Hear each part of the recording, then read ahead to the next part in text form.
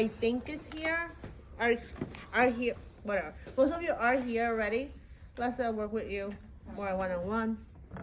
So then, how do we know when we take this out, we're gonna hit the same spots? Right. This is what we do. Whatever section is hitting in the inside, you're gonna just mark it. So in other words, I'm not marking anywhere. I'm marking the fold that's hitting the chest. Then I'm marking the next fold on top. And I'm marking another fold that's on top too. And only in the center front, that's it. This way it helps me know, okay, in, out, out. So it makes sense. So when I fold it, I can go back. Now, as you can see, mine is missing a little seam allowance, and we're gonna be okay. So I do have this, I just mark where my shoulder is at. But anywhere where I put pleats, if you decided to put pleats, you just make sure to really close that section like a little square. You know how to do pleat, how to mark pleats now. I go the armhole. I actually don't want such a high armhole. I think I'm gonna lower my armhole.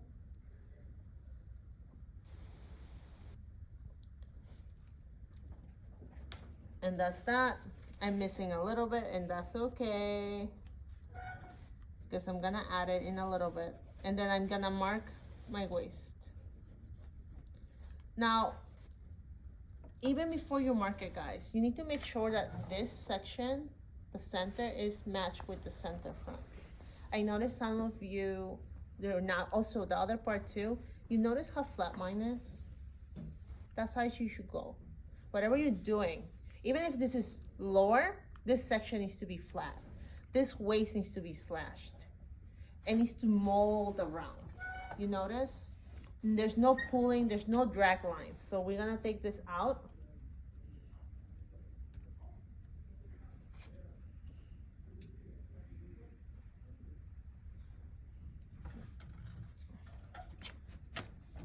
Okay. We're gonna take that out. And you can see from here, my lines. This is my first line that was outside my pleat, correct? Thank you. But then you see that little inside line? I have that little inside line that touched. That inside line is already, at that point, it's gonna be our fate. It's gonna show us how much more facing from that line we need. That's why we use it. So how are you gonna finish this? That's what it is. So then from here, from that line, we're just gonna, the one that we marked from the inside, we are just gonna make a straight line. And I'm gonna go about, I think 2 inches should be more than enough for here, okay? There are different ways to drape a cowl. Some people, what they do is such a big, much bigger, and they make the facing with the neckline at the same time, meaning it covers the whole side of the armhole. But for our purposes, we don't need to do that today. It can be simpler. It depends on your fabric too. Sometimes they can also be revised in pattern making too. Okay, so now that we have that, we can fold this in half. Because that way we know exactly what we're looking at. Because we also marked the apex. You notice how like it looks, my apex looks really low. But in reality, that's not the case. Okay. Also, as you can see, I have some issues with my side, and it happens. So this is how, if you have an issue like this is what you do. I take my little leftover piece, and I just pin it across like if I was sewing it or something.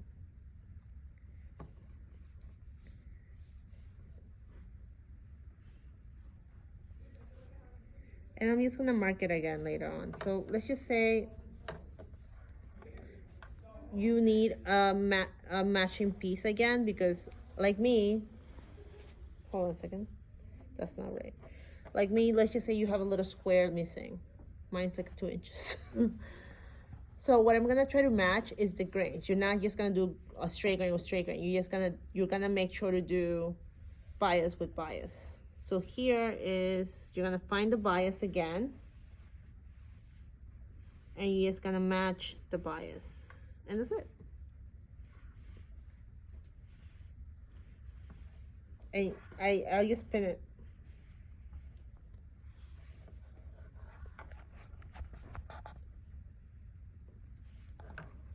Now, I already took it out of the dress form.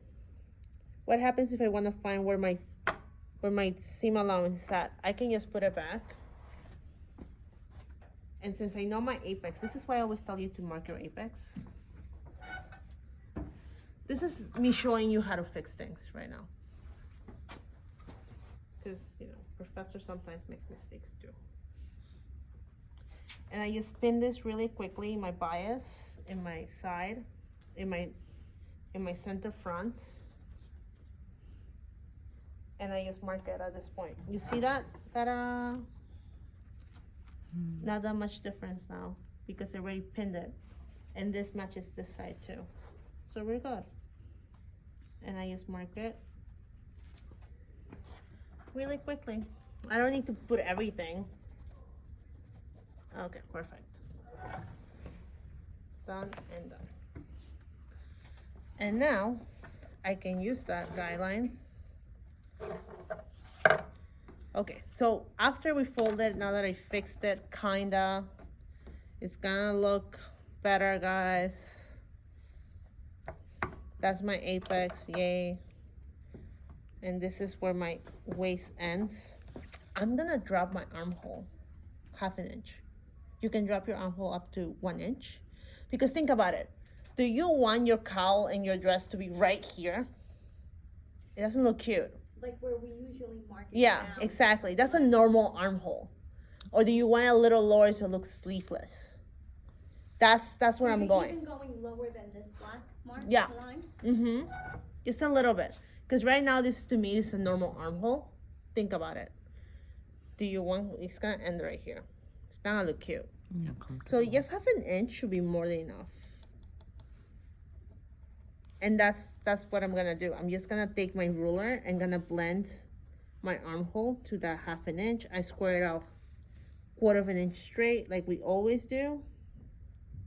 And I can even decide to change the armhole to be small, not all the way in, not the shoulder, to stop right here, maybe like a little inside, give her a little shoulder action, you know. This is when you start now. I want you to understand that now this is what you can do, okay? So you can see that I have my thing, that's one done. And then we just dropped it and we just connect it now to the waist. Of course, I need to add more things to the other side. And then same thing, you always square out anywhere, any of the center fronts. So that's a 1/4. And then you use your French curve or your hip curve to do this. But you can see the line is going down. See that? It's going straight. Then after that, we do the 1/2 inch seam allowance. 1 inch seam allowance. As you can see, mine has seen better days, but that's okay. We're gonna be okay. I mean, that was my bad. There you go. Then we're gonna do 1/2 inch armhole. I want you guys to start using your designer eye on what you need to revise your drape in. Okay? Because you guys are gonna be doing a lot of revisions. Okay, so there you go.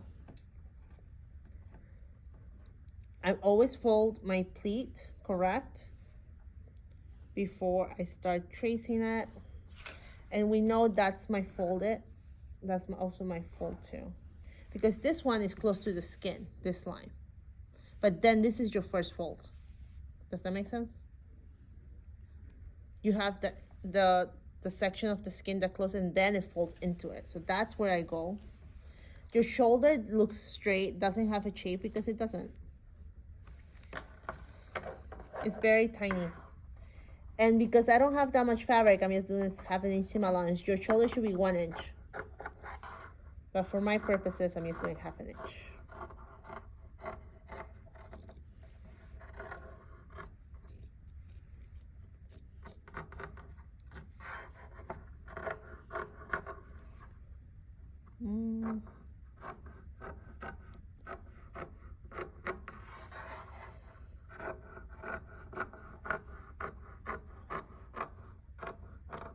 Okay.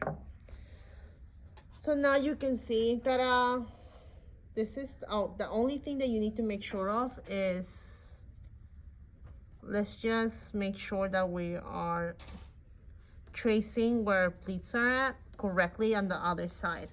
So I just like to mark it. And where our shoulder ends to, that's that. Some people, if we have more time, you can even trace it with a tracing paper to the other side, or you can draw the lines. It's up to you. I am not gonna stop you. This is for you to now get used to draping in general. It is easier for you to match the apex first because it holds the fabric in place. And fold this in. Second, I might need to bring this lower just a little bit. Match where you're supposed to go with your center front. That's the bottom. The same thing applies with everything we drape, which is if you do the bottom of the tape, is the bottom of the tape forever. Okay.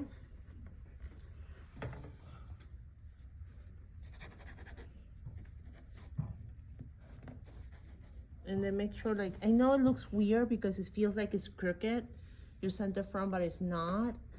You just need to feel that seam of the center front. Okay, guys? And there you go. Yeah, so that one, I always find it easier to just do the bottom first before I fold everything at once. Okay. So then we go here. We fold this here. Everything was going to the princess seam, so I match it to the princess seam.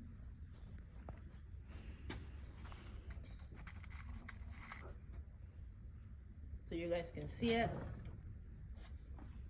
Now, same thing. We know exactly where our fold line, that's our fold line. This is the one that's gonna be touching the skin, correct? So that's how we're gonna fold this too. Oops, oh well. So then we're gonna bring this here. That's the lines that I do as well here. I know my half an inch seam allowance. It's okay. And that's why we also use those, you see how it's not shaped correctly yet? But that's why I also put little notches of where my cowl is supposed to go. Ta-da! That's it. You see that? And then, I need to pin this back, of course. Does that make sense?